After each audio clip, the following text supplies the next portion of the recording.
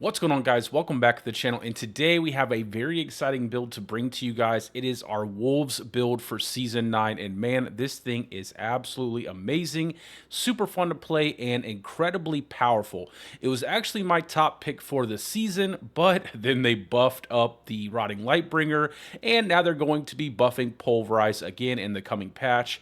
Plus, there are two bugs with the Wolves build that are currently affecting some of its damage output. So our Anomalies Heraldric spell is not actually affecting our Shepherd's aspect, which is a massive amount of multiplicative damage that we're missing out on. And our aspect of the Alpha active skill is not benefiting from the multiplier on the aspect, which again is a massive amount of damage we're missing out on, and a big reason why you do not see the really cool werewolves running around behind me. However, even with those bugs existing, and I do hope they get patched soon, this build easily clears past tier 100 without a problem. In fact, the highest softcore pick clear currently is by my boy SmallPettingZoo, who cleared a tier 107 with very achievable gear, guys.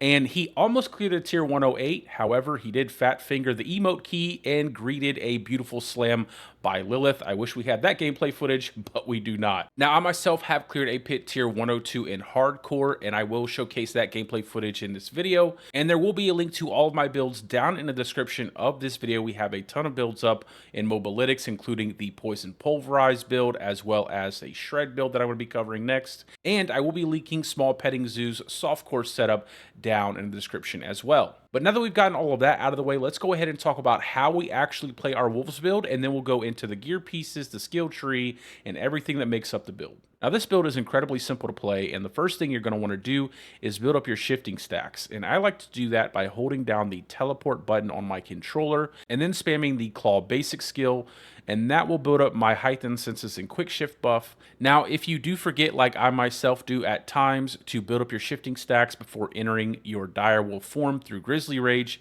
that's no problem because this still works.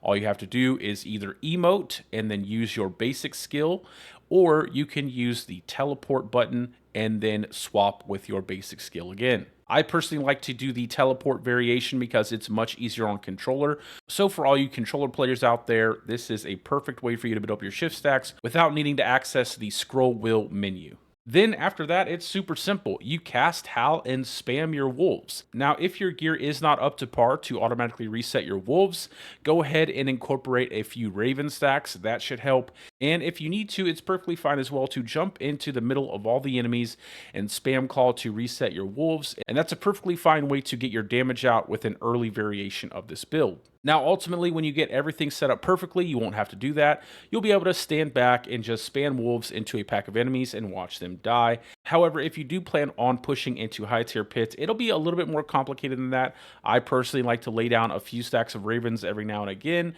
spam my wolves, and also spam my howl just to keep up all of my defensive buffs as well as some of the damage buffs that we have in our skill tree. But ultimately, even doing that for me is holding down two buttons, and it's the Howl and the Wolf skill, with the occasional press of my Grizzly Rage to refresh my Dire form, as well as using Ravens just to refresh my Quas rune that much faster.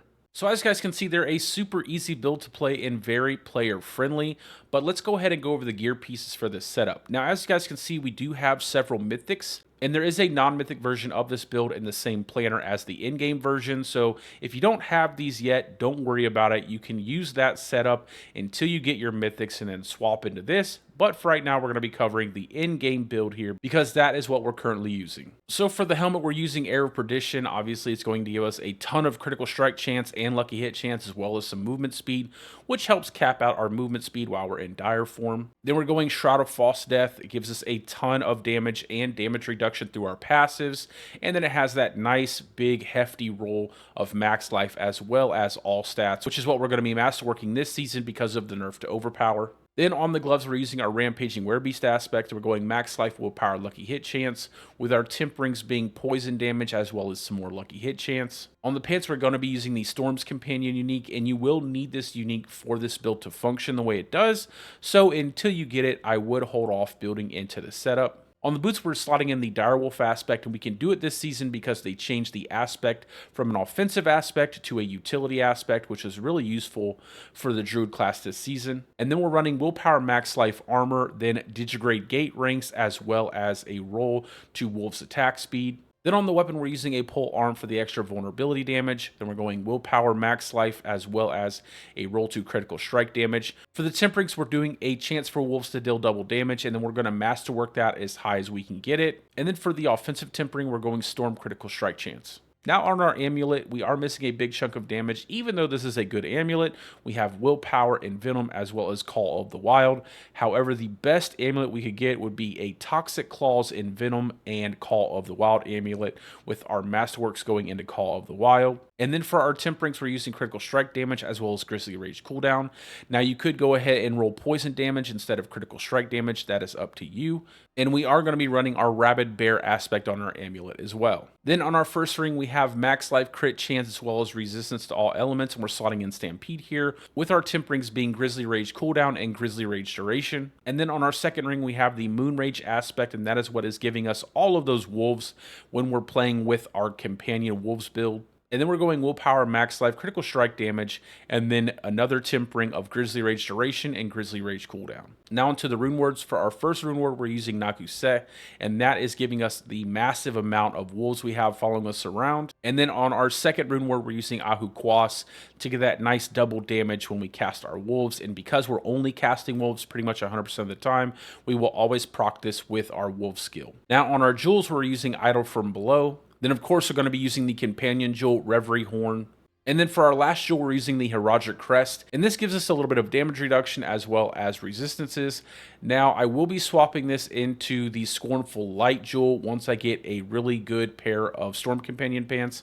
I just need to have that GA to the damage reduction before I want a chance using something that's going to make me take more damage to deal more damage. Now on to our Heraldric spell. I am currently using Celestial Surge, and I really like this because it gives us that pull we're missing from not slotting in the Kree rune. And then I am running the Frigid Heart Arcana because it gives us a double pull. When the first rune explodes, it spawns a second rune, which will cause an additional pull on our enemies. Then we're going to be using Bottled Wind for the barrier to make us a little bit more tanky. And then Sapping Crux to give us vulnerability. Now for the spell, you can also use Disintegrate Beam or Astral Pillar. Both are perfectly fine to use. And another really good Arcana is Bloody Charm to get that Execute if you're using one of those three Heraldric spells, as well as Fractured Core to remove enemies' damage resistance auras. Now obviously, if they do fix the Cosmic Anomaly Heraldric spell to affect our Shepherd's aspect, that will be the best in slot Heraldric spell, but until they do that, I'm going to be running Celestial Surge, and you guys can run whatever you like. Onto the consumables, and this is a very important part of our builds for this season. So my two favorite elixirs for the season is the Advantage Elixir,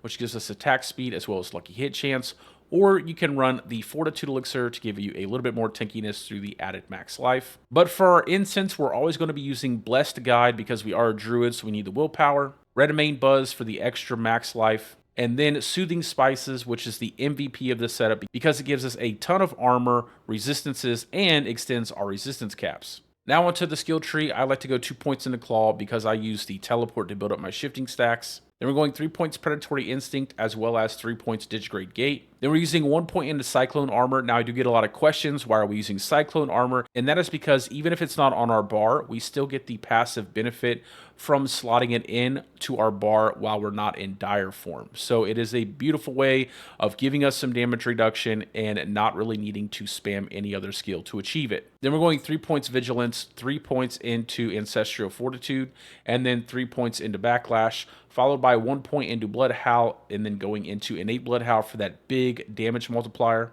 Then for our companions, we're maxing out our wolf skill and then going into Ferocious Wolf Pack to give us a little extra fortified generation. Then 3 points Feral Aptitude and 3 points Call of the Wild, followed by 1 point into Ravens and then going into Brutal Ravens. So we get that extra 2 Ravens up to buff up our Shepherd's aspect. Then onto our Wrath Tree, we're going 1 point Charged Atmosphere into 3 points Electric Shock.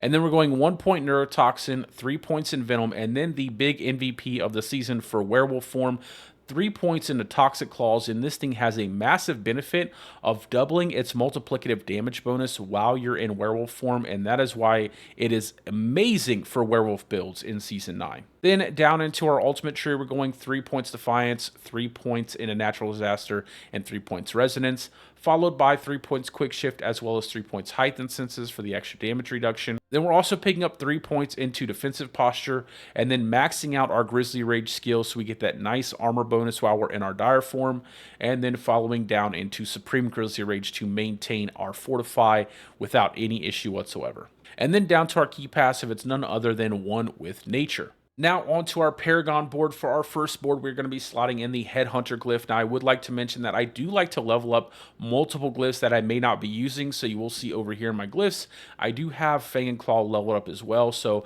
I like to swap things in and out every now and again to test them out, but right now we're running Headhunter. Then on our second board, we're going to be slotting in Keeper here and picking up the Untamed Legendary node. For our third board, because we're not using Aspect of the Alpha, we're going to be using the Sinister Tendrils board.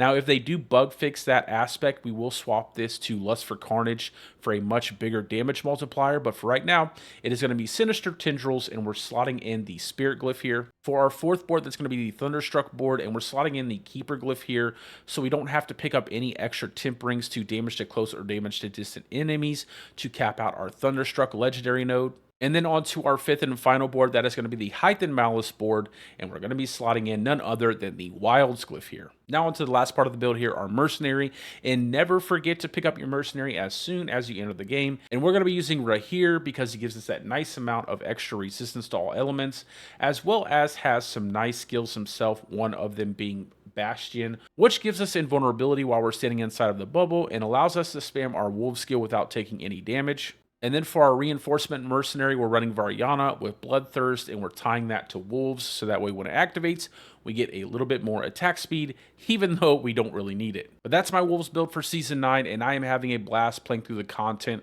with this setup. And like I said, guys, a link to my builds as well as a link to SmallPettingZoo's companion build will be down in the description of this video. And as always, if you guys have any questions whatsoever regarding this build or any of my other builds, feel free to post them down in the comments section of this video, and I will answer them as soon as I see them.